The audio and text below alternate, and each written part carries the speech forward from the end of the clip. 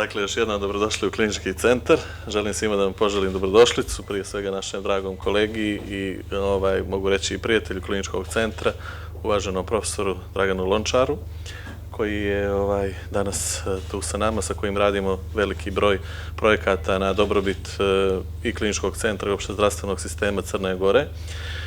Tu je sa nama danas naravno i načelnica Odeljenja reumatologije interne klinike i predstavnici Udruženja pacijenata oboljelih od reumatoloških bolesti. Ovo je jedan pravi primjer na koji način treba da se uspostavi saradnja između različitih aspekata, sve u cilju unapređenja zdravstvenog sistema. Ovo je princip koji se danas primjenjuje svuda u svijetu, a to je da postoji jedan neposredni, bliski kontakt između nauke, između udruženja pacijenata i ekonomske struke. Dakle, ukoliko sagledamo na ovaj način pristup prema bilo kojoj temi danas u medicini, dolazimo do egzaktnih i pravih podataka, šta je ono najbolje što kaže struka, šta je ono najbolje što kažu pacijenti i šta je ono najbolje što pokažu ekonomske analize, i kada sve to udružimo dođemo do značajnih i veoma važnih podataka. Moramo da dodamo da ne smijemo uvijek da se oslanjamo ni na globalne rezultate.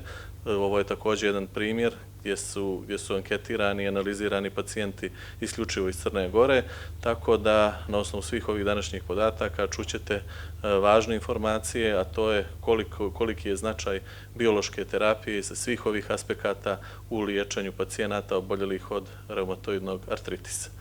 Tako da mogu sa zadovoljstvom da konstatujem da je ovo jedan od projekata, kao što sam rekao, koje radimo zajedno i sa udruženjima pacijenata i sa dragim profesorom Lončarom. Mogu da vam najavim također slična istraživanja i za pacijente oboljele od multiple skleroze, koje će pokazati koliko novi inovativni lijekovi utiču na kvalitet života i kod ovih pacijenata, tako da nadam se da su ovo samo prvi koraci i da ćemo obuhvatiti i ostale oboljenja i ostale pacijente u Crnoj Gori. Tako da ja još jednom želim da se zahvalim svim učesnicima u ovom projektu i želim da ovaj projekat bude inicijator i jedna osnova za nastavak sličnih i sve, kao što sam rekao, u cilju unapređenja zdravlja naših pacijenata. Dobar dan. Ja ću vam danas prenijeti neke informacije koje se tiču važnosti podataka koje dobijamo iz svakodnevne kliničke prakse. Počela bih sa medicinom zasnovanom na dokazima. Znači, šta je to? To je u stvari medicina koja se bazira podatke koje dobijamo iz velikih kliničkih studija, randomizovanih studija i metaanaliza. Međutim, nesumljivo, ogroman značaj u stvari za medicinu predstavljaju podaci koje dobijamo iz svakodnevne kliničke prakse. Znači, te podatke inače dobijamo iz registara širom svijeta, registara oboljelih od određenih bolesti, i kada se analiziraju ti registri, ako je globalna analiza u pitanju, dobijamo podatke koji se u struci zovu real world podaci, a kada su lokalni podaci onda imamo real life podatke. Vidimo ovdje da je broj oboljelih od reumatoidnog artritisa iznosi u Crnoj Gori oko 3000, međutim postoji visoka vjerovatnoća da je ovaj broj mnogo veći, kako u Crnoj Gori, tako i u svijetu. To se zasniva na jednoj činjenici da postoji određeni broj pacijenata koji još uvijek nisu dijagnostikovani, što znači da oni nisu došli do reumatologa ili njihova klinička slika još uvijek nije ispoljena. Radi se najčešće o ranom reumatoidnom artritisu, i Evropska udruženje Liga za borbu protiv reumatizma i Američki kongres reumatologa insistira na toj ranoj dijagnozi i ranom uvođenju terapije. To je takozvani treat to target pristup liječenju. Na taj način mi omogućavamo da naši pacijenti imaju manji stepen invaliditeta, imaju veću radnu sposobnost. Također smanjuje se komorbiditeti kod ovih pacijenata, produžava se životni vijek, a također kod ovih pacijenata se, što je najvažnije, smanjuje i mortalitet. Vidimo da je prevalencija reumatoidnog artritisa u Crnoj Gori iznosi oko 0,5. A u Italiji imamo sličnu prevalenciju U Srbiji iznosi 0,35, u Bugarskoj je čak duplo veća. U Crnoj Gori ima oko 250 pacijenata koji imaju pristup biološkoj terapiji, to u stvari pacijenti koji se liječe sa biološkom terapijom. Ja moram da kažem da je ta tendencija porasta pacijenata koji se liječe sa biološkim lijekom veći, tako da neki naši zadnji podaci iznose preko 260. Kada izračunamo, to je procenat od 8% i kao što vidimo na ovoj slici, taj procenat je mnogo bolji u odnosu na neke zemlje iz regiona. Kao što vidimo, u Srbiji je to samo 3%, u Bugarskoj 6%, a u odnosu na neke zemlje Evropske unije mi smo dosta uporedivi. Pa vidimo da u Italiji je 9%, u Mađarskoj isto toliko, Hrvatska ima 10% pacijenata koji su na biološkim lijekovima, Grčka čak 17%. Sad mi naravno, kad vidimo da u razvijenim skandinavskim zemljama u kojima zna se da je zdravstveni sistem najuređeniji i najnapredniji u cijelom svijetu iznosi 37 čak posto, što je veliki procenat pacijenata koji mogu da se liječe sa biološkim lijekovima. Znači, zaključila bih da postavlja se pitanje da li smo mi na dobrom putu i po svemu bih rekla ovome da jesmo na dobrom putu i to dolazi u prilog i ova naša današnja priča, znači projekat koji ćemo da vam predstavimo i koji nam ukazuje kolike su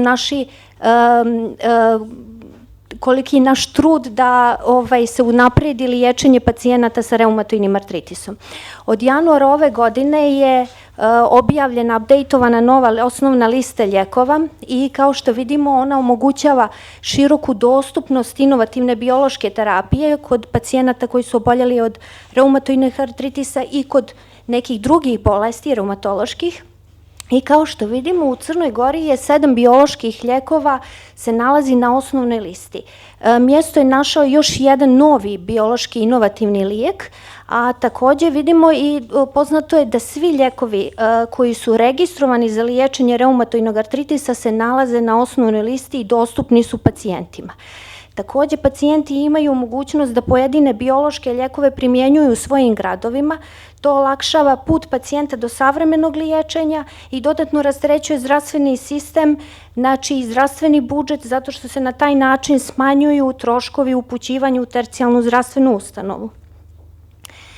U toku prošle godine mi smo radili još jedan projekat i tu smo analizirali u stvari percepciju ljekara i percepciju pacijenta koji se odnose na adherentnost na konvencionalni lijek, to je na metotreksat, i analizirali smo prevalenciju neadherencije na ovu terapiju, takođe i udruženost neadherencije sa određenim kofaktorima, da kažemo, karakteristikama demografskim i samim razlozima zbog čega se ta neadherencija javlja. Te podatke koji su značajni smo objavili na Evropskom reumatologa u vidu 2 apstrakta. I na kraju bih rekla da u stvari da bi uopšte mogli da analiziramo podatke koje dobijamo iz svakodnevne prakse, neophodna je digitalna transformacija sistema. Ja mogu sa zadovoljstvom da kažem da smo mi na putu implementacija registra pacijenata sa reumatoidnim artritisom i već imamo jednu bazu podataka kod pacijenata koji se liječe biološkim lijekovima i ovaj registar će da nam omogući što bolje praćenje ishoda, terapijskog ishoda kod ovih pacijenata. Hvala. Veliku zahvalnost dugujem naravno direktoru Erakoviću, Udruženju reumatologa Crne Gore i Udruženju za pomoć obolelima od reumatoidnog artritisa Crne Gore, koji su nam pomogli da kreiramo, odnosno dizajniramo ovo istraživanje, da prikupimo dovoljan broj validnih upitnika i da na bazi toga izvedemo određene zaključke. Ja ću pokušati onako jednostavnim jezikom ukratko da predstavim neke osnovne rezultate našeg istraživanja koje je sprovedeno krajem 2019. godine. Pre nego što pređem na same rezultate, nekoliko opštih podataka, odnosno još jednom da ponovim nekoliko bitnih stvari. Broj obolelih od reumatoidnog artritisa u Crnoj Gori je oko 3000, ali ako uzmemo primjer Bugarske, koja zvanično u registru ima 33.000 obolelih od reumatoidnog artritisa, procenjuje se da ih ima 60.000. Ako bismo primenili faktor 1:2, mogli bismo da kažemo da je očekivani neki broj između 5 i 6.000. Suštinski prevalencija je 0,5%. U svetu je preko 18 miliona ljudi obolelo od reumatoidnog artritisa, od čega čak 6 miliona u Evropi. 7 je bioloških lekova koji se koriste u tretmanu reumatoidnog artritisa na pozitivnoj listi, što je isto kao u Srbiji, dok ih je recimo u Bugarskoj i Hrvatskoj 8. Ne bih dalje oko statistike. Šta smo mi u stvari uradili? Primenili smo standardizovanu metodologiju koja se odnosi na dva aspekta. Jedno je uticaj biološke terapije na radnu sposobnost i produktivnost ljudi koji su oboleli od reumatoidnog artritisa i drugo je uticaj biološke terapije na kvalitet života. Znači, jedan aspekt je uticaj na radnu sposobnost i produktivnost, drugo je uticaj na kvalitet svakodnevnog života pacijenata koji boluju od reumatoidnog artritisa. Na bazi 170 upitnika, to jest, da budem precizniji, 92 ispitanika koji su na biološkoj terapiji, 78 koji su na konvencionalnoj terapiji. Mi smo obračunali određene indikatore, tačnije 8 indikatora koji se odnose na radnu produktivnost i odsustvovanje sa posla sa jedne strane i 2 indikatora koji se odnose na kvalitet života. Ja neću sada ići po pojedinačnim indikatorima, ali suštinski koji su osnovni rezultati indikatora koji se odnose na radnu sposobnost.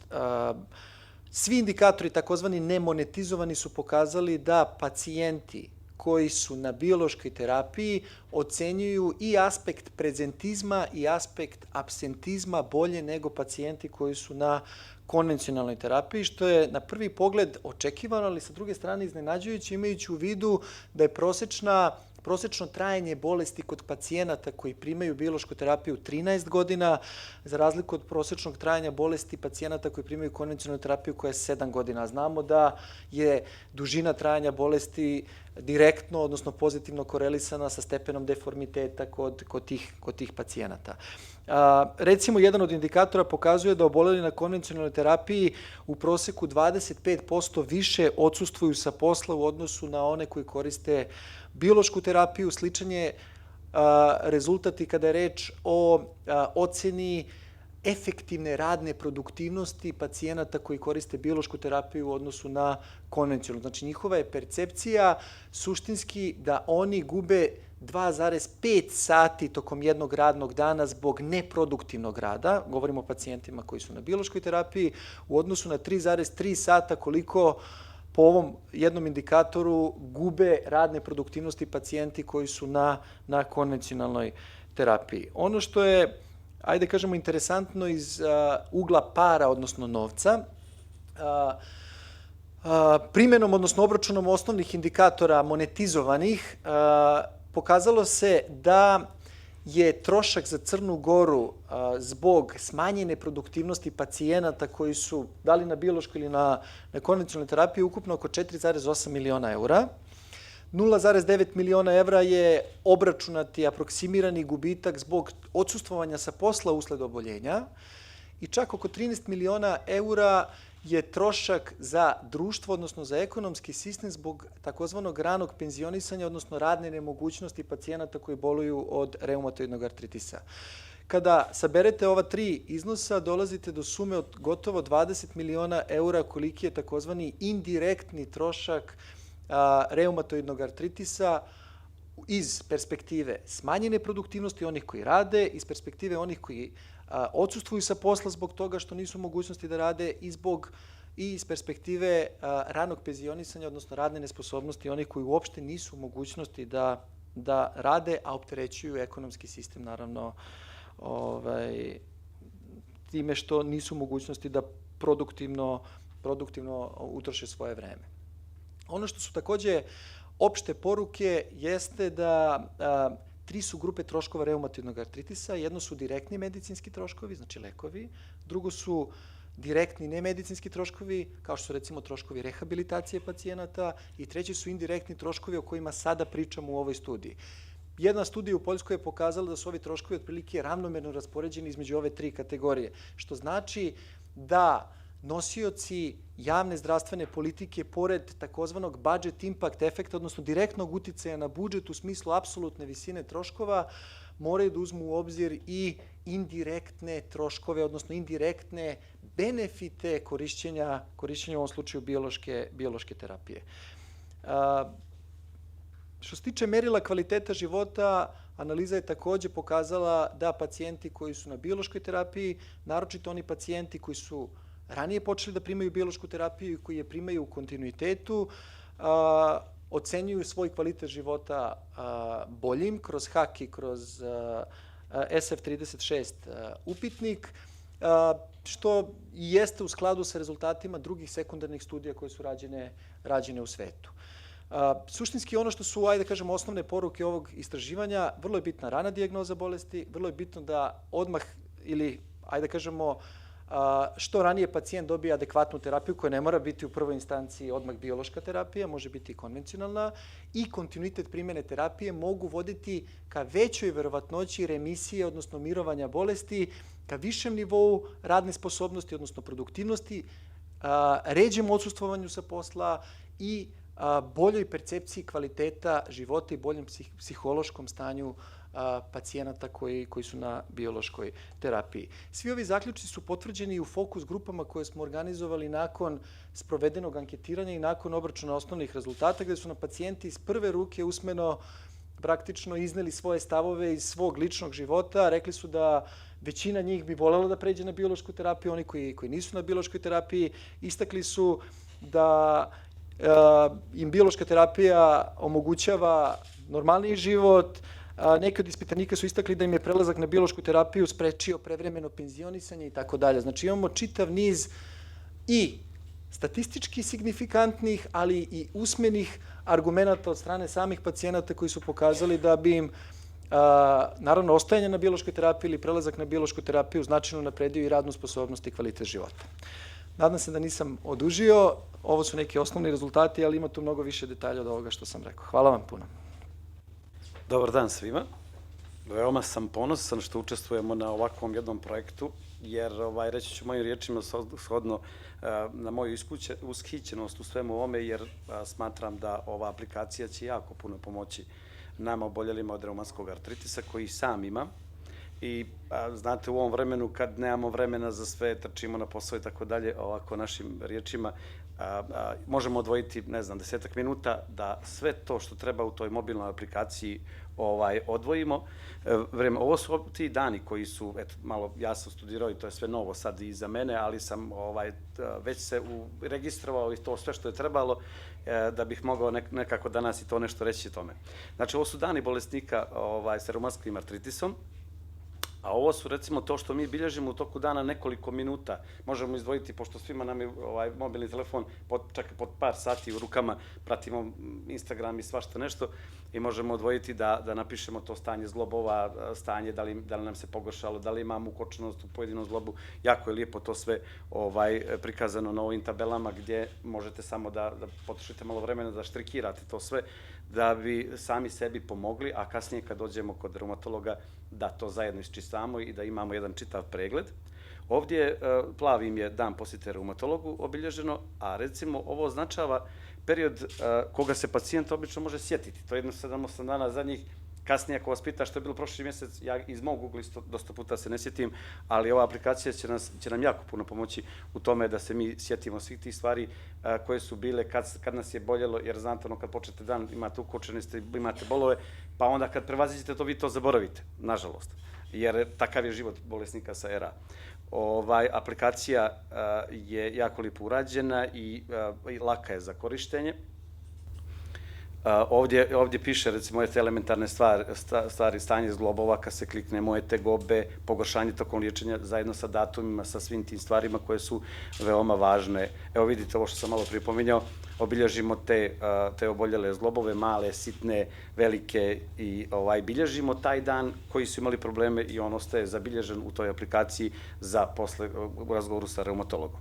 Ovdje su veliki zglobovi, ovdje su koliko koliko ima boli, koliko nema, koliko se osjećamo dobro i to sve on bilježi i čuva dok ne odemo do reumatologa da to sve objasnimo, naravno uključujući i reakcije na mjesto davanja, ovo je za ostale ove. To bi bilo nešto u vezi ovoga svega što smo, i mi smo jako ponosni što smo dio ovoga i smatram da će svima pomoći, evo zvanično smo je predstavili, našu aplikaciju, da je vratim da se vidi, ipak nam je važno.